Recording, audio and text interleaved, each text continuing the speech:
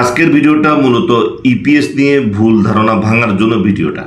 আমরা অনেকেই মনে করি ইপিএস ভালো, ইপিএস আসলেই মার্কেট ভালো হবে, খারাপ ইপিএস আসলেই শেয়ারের প্রাইস ফল করবে। একেবারে ভুল ধারণা। ইপিএস এর সাথে শেয়ারের প্রাইসের আপ ডাউনের কোনো সম্পর্ক নেই। অর্থাৎ কোন শেয়ারের ইপিএস 2 পয়সা কম আসলো বা 2 পয়সা বেশি আসলো এটার দিকে তাকানোর প্রয়োজনীয়তাই নেই। ইপিএস এটা আপনার শেয়ারের প্রাইস বাড়ানো কমানোর জন্য কোনো ভূমিকাই তার নেই। যদি কোনো একটা শেয়ারের ডিভিডেন্ড খারাপ আসে তার মানে শেয়ারের প্রাইস ফল করবে। এখানে যেখানে পাবলিক সেন্টিমেন্ট থাকবে, ডিমান্ড থাকবে, সেই শেয়ারের দাম বাড়বে। গত বছর আইএসএন নো ডিভিডেন্ড দেওয়ার পরে হল্টেড হয়ে গেছে। তো নো ডিভিডেন্ড শেয়ার আসার পর তো সাথে সাথে শেয়ার প্রাইস কমার কথা ছিল, না কমে কি হলো, শেয়ার হল্ট হয়ে গেছে। উল্টা পাবলিক ডিমান্ড আছে, শেয়ার দাম বেড়েছে। সুতরাং ইপিএস কি ইপিএস আসবে, যেমন আজকে অনেক শেয়ারের ইপিএস আসবে, আমরা ভয় পাচ্ছি কোন শেয়ার ইপিএস ভালো দিবে, কোন শেয়ার ইপিএস খারাপ দিবে। ইপিএস খারাপ দেওক ভালো দেওক, এটা যা খুশি তা দেওক, আপনার শুধু মাথায় শুধু একটা থাকবে যে মার্কেটে মানি ফ্লো আছে, টাকা ঢুকতেছে। আমরা যে টাকাটা ঢুকতেছে তারা টাকা নিয়ে এখানে বসে থাকবে না, তারা শেয়ার কিনবে। তো তারা যদি শেয়ার কিনতে হয় তাদেরকে আমরা পানির দামে কেন শেয়ার দিব? আমরা 20% 30% অ্যাভাবে শেয়ার দিব। আপনি যদি এখানে সাপ্লাই না দেন শেয়ারের প্রাইস কমবে না, যেহেতু তারা টাকা ঢুকানো মানে কি টাকা নিয়ে তারা বসে থাকবে না, টাকাটাকে তারা এখানে ইনভেস্টমেন্টে লাগাবে। তো ইনভেস্টমেন্টের জন্য তারা যদি শেয়ার না পায় তাহলে শেয়ার তারা হাই রেটে কিনবে। এখন আপনি যদি ইপিএসকে ভয় পেয়ে যে ইপিএস কি আসে না না আসে, একটু খারাপ আসলো আপনারা দিয়ে দিলেন, কেন খারাপ ইপিএসের শেয়ারের দাম বাড়ছে না? জেড গ্রুপের শেয়ারের দাম বাড়ছে না? আপনি ভিডিও টকার যখন বাই করছেন হাই রেটে, আপনি কি ইপিএস দেখে বাই করছেন? আপনি কেএনকিউ হাই রেটে বাই করছেন, বঙ্গজ হাই রেটে বাই করছেন। যে শেয়ারই আপনি হাই রেটে বাই করছেন 200-300 টাকা শেয়ার উপরে গিয়ে বাই করতেছেন, 50% বাড়ার পরে শেয়ার বাই করতেছেন। ডোমিনোজের মতো শেয়ারে যেটার ইপিএস এর কোনো কিছুই নেই, সেটা যে আপনি 60 টাকা দিয়ে বাই করতেছেন, কখনো চিন্তা করছেন যে ডোমিনোজের ইপিএস তো খারাপ, তাহলে ডোমিনোজ বাড়ে কেন? তাহলে একটা শেয়ারের ইপিএস যদি খারাপ আসে আপনি কেন শেয়ার ডেলিভারি দিবেন? ইপিএস আজকে ইপিএস যদি প্রত্যেকটা শেয়ারের খারাপ আসে তারপরেও মার্কেটের উপর কোনো হ্যাম্পার হবে না যদি আপনি শেয়ার ডেলিভারি না দেন। কারণ ইপিএস এর সাথে এখানে কোনো এই মার্কেটে, পাবলিক মার্কেটে কোনো রকম সম্পর্ক নাই।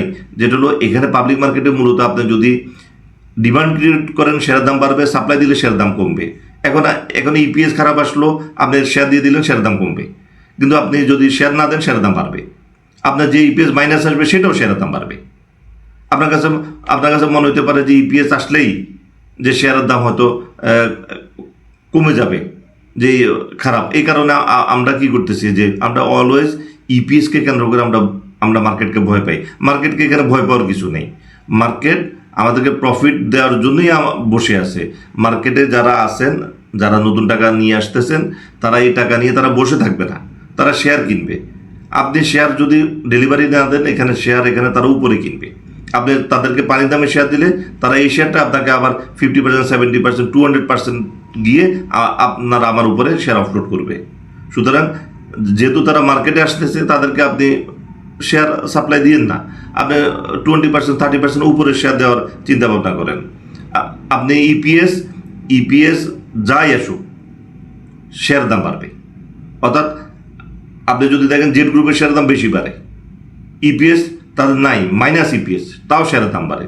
তাহলে আপনি জেনে শুনে কেন ইপিএসকে কেন্দ্র করে মার্কেটকে আপনি ভোলাটাইল করেন? আপনি যখনই দেখেন ইপিএস আসবে তখনই আপনারা অস্থির হয়ে যান, কি ইপিএস আসতেছে। আপনি কয়টা ইপিএস 5টা কোম্পানির নাম আপনি বলতে পারবেন না, 5টা কোম্পানির ইপিএস আপনি বলতে পারবেন না। আমাদের দেশে 12.5 লক্ষ ইনভেস্টরের মধ্যে 2-1,000 ইনভেস্টর পাওয়া যাবে না যারা 5টা কোম্পানির ইপিএস বলতে পারে। যারা ফান্ডামেন্টাল নিয়ে কাজ করে তারাও তো 2-1 বলতে পারে।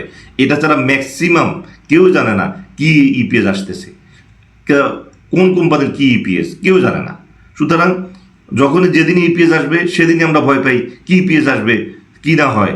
তো আপনি তো ইপিএস কি সেটাই জানেন না, তাহলে আপনি ইপিএসের ভয় কিসের? সুতরাং ইপিএস মাইনাস আসুক প্লাস আসুক, 2 পয়সা বাড়ুক 5 পয়সা কমুক, কোনো দিকে তাকানোর প্রয়োজন নেই।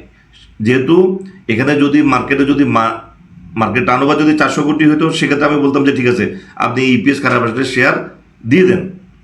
কিন্তু যেহেতু মার্কেটের টার্নওভার বাড়ছে, মার্কেটে 1000 কোটি টার্নওভার, মানে মার্কেটে টাকা ঢুকতেছে, এই অবস্থাতে তাদেরকে বড় ইনভেস্টরদেরকে আপনি পানির দামে শেয়ার দেওয়ার কোনো প্রয়োজনীয়তা নেই। আপনার ইপিএসকে কেন্দ্র করে, ডিভিডেন্ডকে কেন্দ্র করে এই মুহূর্তে কোনো শেয়ার আপনি পানির দামে ওনাদের হাতে তুলে দেওয়া দরকার নেই। আপনি চিন্তা করে রাখেন যে 30-40% উপরে আপনি শেয়ার দিবেন, এবং সেটা সম্ভব।